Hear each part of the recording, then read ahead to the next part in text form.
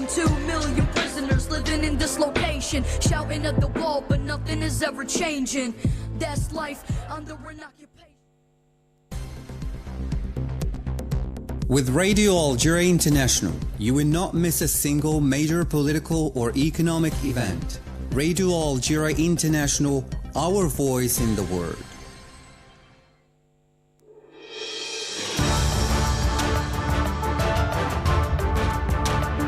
This is the English service of Radio Algeria International. It's time for the news. Foreign Minister Ahmed Attaf has received a phone call from his American counterpart Tony Blinken, during which he reiterated the US President Joe Biden's congratulations to President Abdelmadjid Tebboune following his re-election. The Spanish Congress of Deputies has today organized a conference to analyze and shed light on the recent ruling of the EU Court of Justice on Western Sahara. At least 2 Palestinians were killed and several others wounded in a new bombardment carried out today by the Israeli occupation army against the northern towns of Beit Lehiya and Jabalia, as well as Rafah in the southern part of the Gaza Strip. Those were the major developments. Now the full news edition. Good afternoon. The Foreign Minister Ahmed Attaf has received a phone call from his American counterpart Tony Blinken, during which he reiterated the US President Joe Biden's congratulations to President Abdelmadjid Tebboune following his re-election. The two sides expressed satisfaction at the progress made towards strengthening economic ties and enhancing strategic dialogue between the two countries. The two men exchanged views on several issues set on the UN Security Council's agenda, notably the development of the situation in Gaza and the creation plan of a peacekeeping force in Haiti. The chairman of the Higher Council for Youth, Mustafa Hidawi, has stressed in Addis Ababa, Ethiopia, Algeria's experience in supporting young people through the development of policies aimed at involving this category in decision-making. Majid Mila has the details. Addressing the recently held African Youth Summit, which took place on November 15th and 16th, he emphasized the interest and support provided by Algeria's high authorities to young people, highlighting the exemplary model of youth to be followed in several fields, which he said had led to a number of developments, such as the establishment of the Higher Council for Youth. In this respect, he spoke of the involvement of the Algerian youth in elected assemblies at both local and national level, authored by the revision of the organic law on elections. He also mentioned the creation of a ministry in charge of startups, modernizing and improving the performance of universities, taking crucial decisions to benefit young people, developing policies to support their rights and participation in the decision-making, and enacting laws to support youth initiatives in various fields. On the sidelines of the summit, Mr. Hidawi met the special envoy of the chairperson of the African Union Commission for Youth Affairs, Ms. Chido Cleopatra Mbemba, to discuss the conclusions of the 4th edition of the African Youth Forum held recently in Iran, where the participants called for the empowerment of young people in the decision-making process and for the implementation of the African Youth Charter. He also met with Ms. Charlene Chilagat Ruto, a pioneer of youth action in Africa and the driving force behind many successful initiatives, to discuss ways of improving cooperation and coordination between young people on the African continent and strengthening bilateral collaboration between Algerian and Kenyan young people. The parliamentary meeting organised on the occasion of the 29th United Nations Climate Change Conference, COP29, held in Baku, Azerbaijan, has come to an end. Parliamentarians from around the world, including a delegation from the Algerian Parliament, met recently to pave the way for joint parliamentary solutions to the most pressing climate issues, highlighting the role of parliaments in reducing climate change impact, implementing of nationally determined contributions, reforming the global financial architecture for climate, building climate resilience, ensuring equitable access to technology in the fight against the effects of climate change. At a session devoted to efforts to protect health and food safety in the face of climate change, the chairman of the Health, Social Affairs, Labour and National Solidarity Committee of the Council of the Nation, Habib Douagi, stressed that dealing with climate issues is the historical responsibility of developed countries, which has been the main emitters of greenhouse gases in recent decades, taking into account the disparities in the development between developed and developing countries. In this respect, he called for the support for the Pan-African Risk Management Mutual and the Health Surveillance Platform through a North-South partnership to reduce the effects of climate change, protect vulnerable groups, and achieve sustainable development. During a session devoted to the role of technology in tackling climate change, Senator Mustafa Jibran pointed out that Algeria has adopted techniques such as intelligent irrigation based on artificial intelligence to save water and energy, reduce costs, and improve agricultural yields, thereby contributing to the sustainability of the agricultural sector. He said that despite these efforts, developing countries face challenges such as a lack of infrastructure, funding and qualified personnel, which requires international support for the development of technological solutions and the transfer of expertise. The Health Minister Abdelhak Saihi has met with his Palestinian counterpart Majid Abu Ramdan, who expressed his thanks and gratitude to the Minister and to Algeria, leadership and people for her firm and supportive positions towards sisterly Palestine in all international and regional fora. On the sidelines of the WISH 2024 conference, the Palestinian Health Minister praised what he labelled as the noble humanitarian initiative of taking full care of the Palestinian wounded and their families. He said the initiative embodies the values of brotherliness and deep solidarity between the two countries, which began from the moment the wounded were received until they were hospitalized in Algerian health institutions and started receiving the best treatment services, which reflects Algeria's firm commitment to supporting just causes. He also expressed satisfaction for the pioneering role played by Algeria in supporting the Palestinian people, not only in terms of humanitarian support, but also in terms of political and diplomatic positions that are characterized by courage and clarity in defending the rights of Palestinians on the international scene. He said Algeria's approach is an example to be followed in terms of standing with oppressed peoples, praising Algeria's constant efforts in promoting the values of justice and humanity and presenting an inspiring model of Arab solidarity.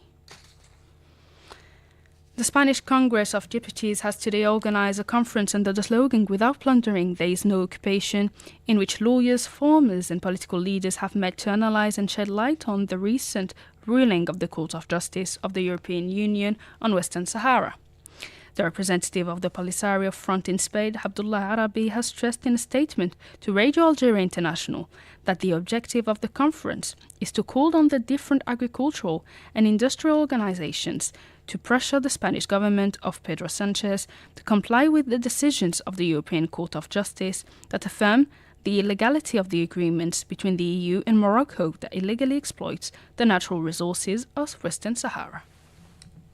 Hemos celebrado una jornada en el Congreso de los Diputados. We have celebrated the International Land Peace Day with the examining of the consequences of the ruling by the European Court of Justice and debating on various sectors, notably the agricultural organizations such as the Congress Intergroup, to work out an action plan for the upcoming months with the aim of denouncing the Moroccan plundering of the natural resources of Western Sahara and also demanding that Spain immediately shoulders its responsibilities and respects the European Union major sanctions in support of the resistance fight of the Sahrawi people. It should be noted that the EU ruling represents not only a legal victory, but also a boost in the fight for the recognition and self-determination of the Sahrawi people, demanding that their resources no longer be exploited without their consent and legitimate representation. You're still listening to Radio Algeria International, and at least 2 Palestinians were killed and several others wounded in a new bombardment carried out today by the Israeli army against the northern towns of Beit Lahia and Jabalia, as well as Rafah in the southern part of the Gaza Strip. Asya Bekkar has the details. At least 76 Palestinians had been killed in the Israeli attacks launched for the past 24 hours against various areas of the enclave. This brought to over 43,900 the number of people killed since the Israeli occupation launched its large-scale operations on the Palestinian territory. In this respect, the Palestinian Foreign Ministry blamed the international community for the displacement and the continued massacres perpetrated by the Israeli occupying forces against the Palestinians. It was quoted by Wafa as saying that the international community must act urgently to stop Israel's destructive madness and to force the occupying authorities to abide by international law. In a similar move, European MP Mark Botenga denounced the Israeli acts of aggression as tantamount to a genocide perpetrated against Gaza that benefited the occupying authorities only with the aim of taking control of all Palestine. Following a recent visit to the West Bank, the Belgian Labour Party's representative affirmed that an ethnic cleansing was taking place in Gaza and denounced the annexation of land of the West Bank and destruction of Palestinian districts in occupied Jerusalem. This came as EU diplomacy chief Josep Borrell expressed frustration at the number of deaths in Gaza, estimated at 44,000, 70% of which are women and children, saying that he lacks words to explain the situation taking place in the Middle East. The EU official, whose mandate is expiring this month, proposed the EU 27 members to suspend the political dialogue with Israel provided for by the association agreement concluded between the Israeli occupation and the EU. In Lebanon, public and private schools today remain closed in the aftermath of Israeli airstrikes launched against Beirut's city centre that killed at least 6 people. The measure announced by the Education Ministry will last until Tuesday. Earlier, Prime Minister caretaker Najib Mikati stressed that the number of soldiers killed by the Israeli attacks relentlessly targeting for 2 months Lebanon reached 36. Yesterday, 2 soldiers were killed and 2 others wounded in air raids that hit the town of El Meri in Lebanon's southern part. The UN Secretary General Antonio Guterres had urged the G20 bloc to take the lead on peace, climate and other challenges. Asia Bekkar has more. Ahead of the G20 summit meeting in Brazil, Antonio Guterres stressed the need for countries to race much faster to tackle fundamental common challenges. On climate, the Secretary General voiced concern over the state of negotiations at COP29, noting that countries must agree to an ambitious climate finance goal that meets the scale of the challenge faced by developing countries. They have come to Rio with a simple message. G20 leaders must lead. G20 countries, by definition, have tremendous economic clout and they yield massive diplomatic leverage. They must use it to tackle key global problems. To avoid the very worst of future climate catastrophe, we must limit global temperature rise to 1.5 degrees Celsius. And so emissions must be cut by 9% a year by 2030. But yet, they are still rising. And the spotlight is naturally on the G20. They account for 80% of global emissions. Many challenges, but also many possible solutions. The G20 must lead by example. This is fundamental to restoring trust, credibility and legitimacy of every government and our global system in these turbulent times. We need to seize every opportunity to lead transformative action for a safer, more peaceful and sustainable world. Antonio Guterres said that the world must step up for peace in Gaza, Lebanon, Ukraine and Sudan, stressing that everywhere peace requires actions grounded in the values of the UN Charter, the rule of law, the principles of sovereignty, political independence and the territorial integrity of states. Turning to finance, the Secretary General highlighted the situation of vulnerable countries which face tremendous headwinds and obstacles that are not of their making.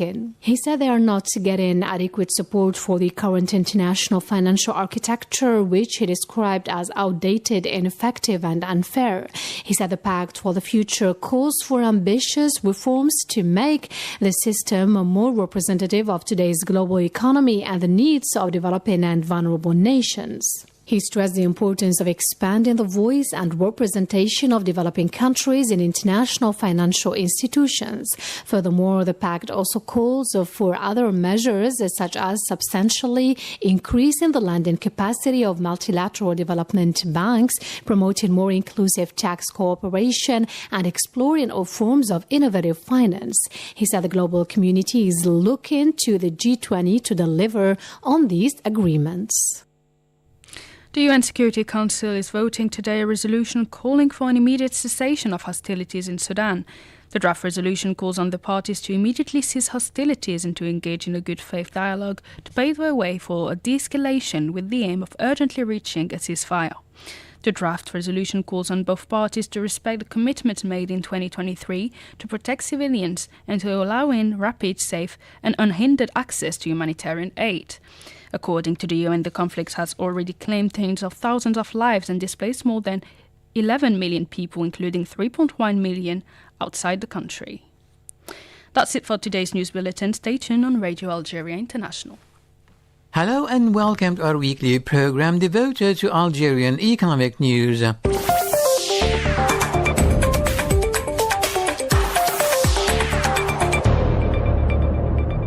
First in the news, the Minister of Energy and Mines, Mohamed Arkab, has held talks via video conference with the Ivorian Minister of Mines, Oil and Energy, Mamadou Sangafoua Koulibaly, during which they discussed opportunities for bilateral cooperation as well as ways and means for its consolidation, notably in the field of energy and mining, says a press release from the ministry. The two ministers also reviewed the opportunities for cooperation between the two countries at all stages of the value chain in the hydrocarbon sector.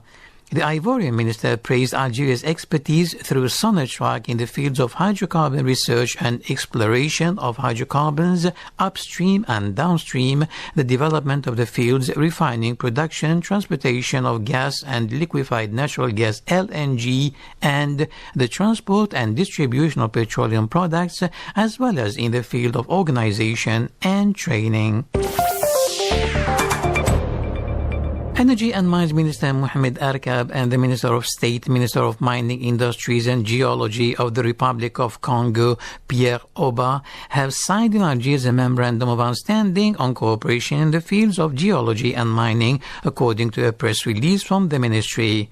The signing of this protocol is part of the strengthening of bilateral cooperation between Algeria and the Republic of Congo, the consolidation of ties of friendship and fraternity, and the development of economic cooperation. According to the same source, the aim of the Memorandum of Understanding is to develop areas of governance in the mining sector, the training and education of managers in the fields of geology and mining, notably in mining research, the sustainable management of mineral resources, and the preservation of the mining heritage.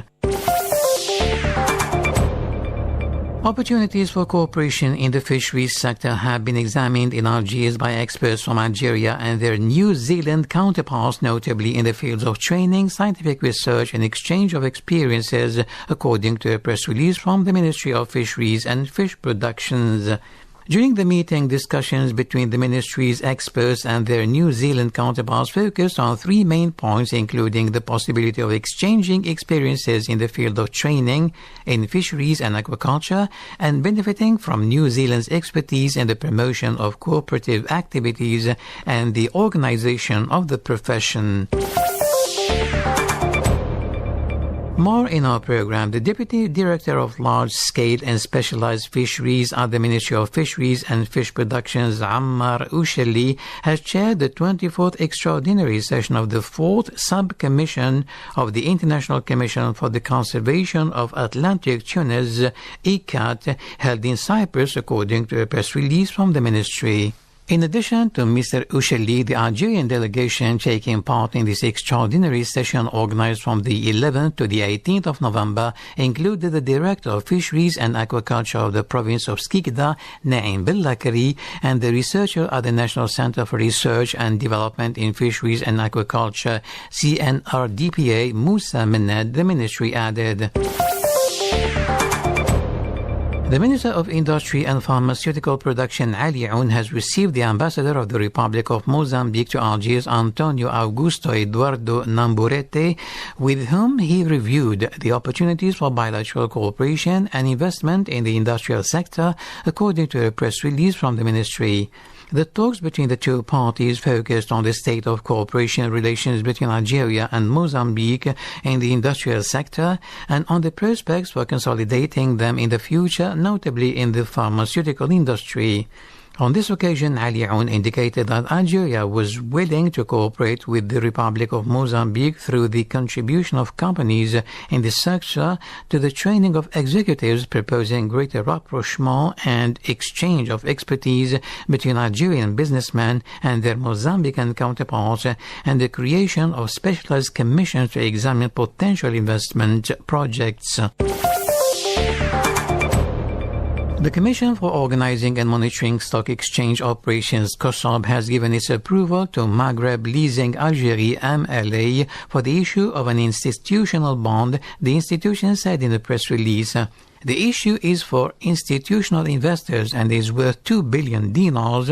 This bond, with a maturity of 5 years and an annual interest rate of 5.4%, will be used to finance the company's leasing activity, COSOB added. This operation concerns 200,000 securities with a nominal value of 10,000 dinars security, said the Commission, pointing out that this issue is the fourth of its kind for MLA. And to wind up our program, participants in a national symposium on geosciences and sustainable development held in the province of Ouargla have highlighted the importance of developing Algeria's natural and energy resources to ensure sustainable development. At the meeting, academics and researchers stressed the importance of the need to make the most of the natural and energy resources found in the Algerian soil, with a view to preserving the environment and ensuring the expected sustainable development. And with this, we come to the end of our weekly program devoted to Algerian economic news. Goodbye.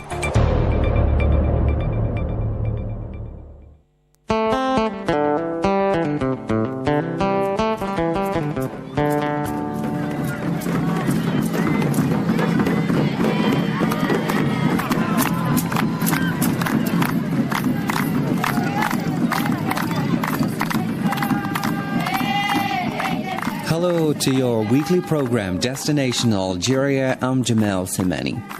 There are a number of great destinations in Algeria that waiting to be discovered. A curious mixture of cultures and influences.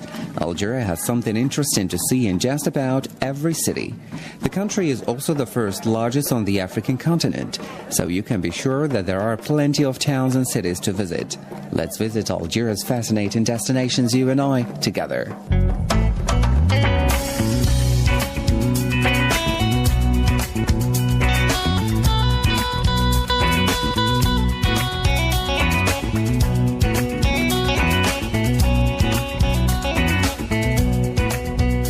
Amsel is a small town situated just south of Tamanrasset province. Tamanrasset, or Tamanrasset, is a province in southern Algeria, in the Ahagar Mountains. Tamanrasset is the chief city of the Algerian Tuareg.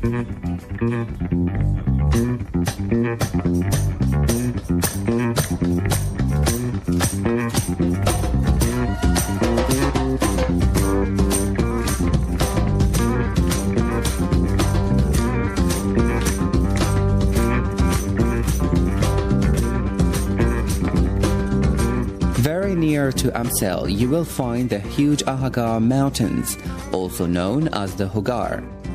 They are situated in the middle of the Sahara Desert in the southern part of Algeria. The Ahagar mountain region is mainly a rocky desert area with an average altitude of more than 900 meters above sea level. The highest peak, Tahat, is at 2,918 meters above sea level. A celebrated and especially visited point is the Askram, where Charles de Foucault lived in the summer of 1905.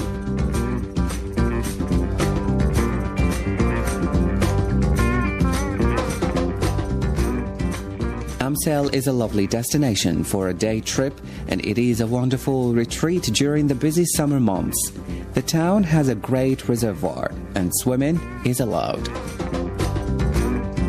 The water of the reservoir is clean and clear and usually has a nice cool temperature. Amsel itself is very much a stranded town with very few attractions to see, but it's worthwhile to stroll around the shops for a bit of relaxation and bargain hunting. As long as you keep in mind that Amsel is a small village situated right in the middle of the Sahara Desert, you'll be fine.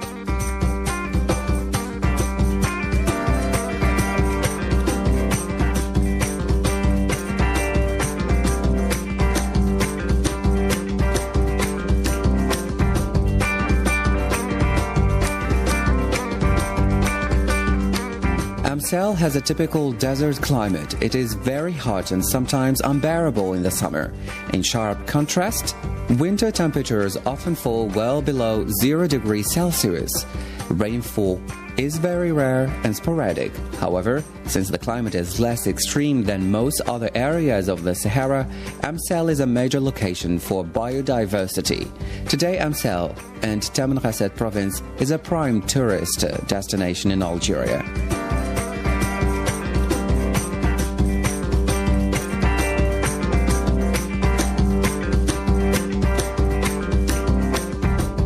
In the first part of our program, I mentioned the name Charles de Foucault. In the second part, we will tell you more about him with Mohamed Barazwan.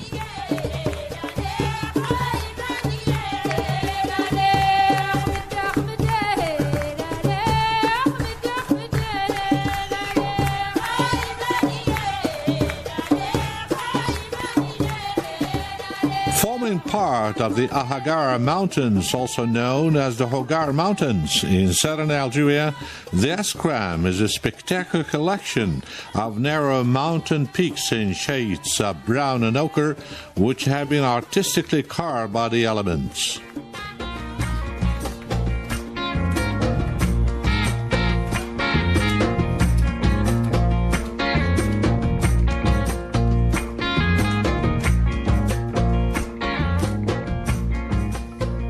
This geological wonder attracts visitors from far and wide, who are awestruck by its natural beauty.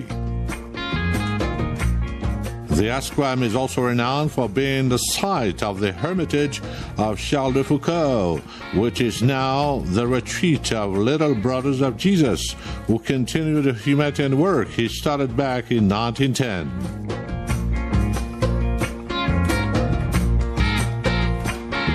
Charles-Jean de Foucault was born into an aristocratic family in Strasbourg, France, on the 15th of September 1858.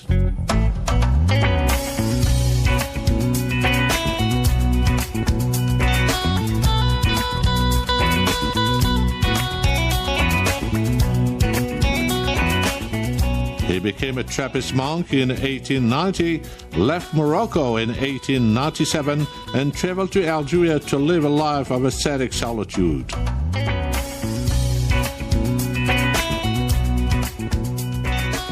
He founded a hermitage in Beni Abbas, Algeria, and welcomed visitors regardless of their religion, social status, or ethnic origin.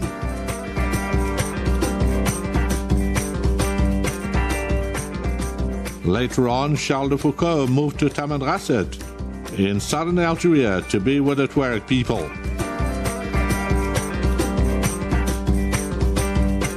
He used the highest point of the Ahagara Mountains, the Askram, as a place to establish his hermitage.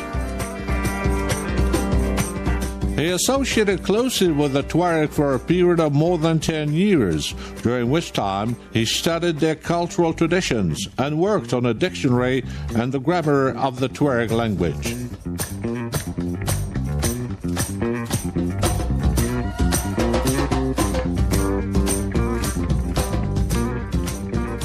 Charles de Foucault died in 1916, just outside Tamanrasset. The dictionary was published in 4 volumes after his death, with rich and accurate descriptions. Charles de Foucauld was considered to be a martyr of the Catholic Church and was beatified by Pope Benedict XVI on the 13th of November 2005. Visitors to the Ashram will not fail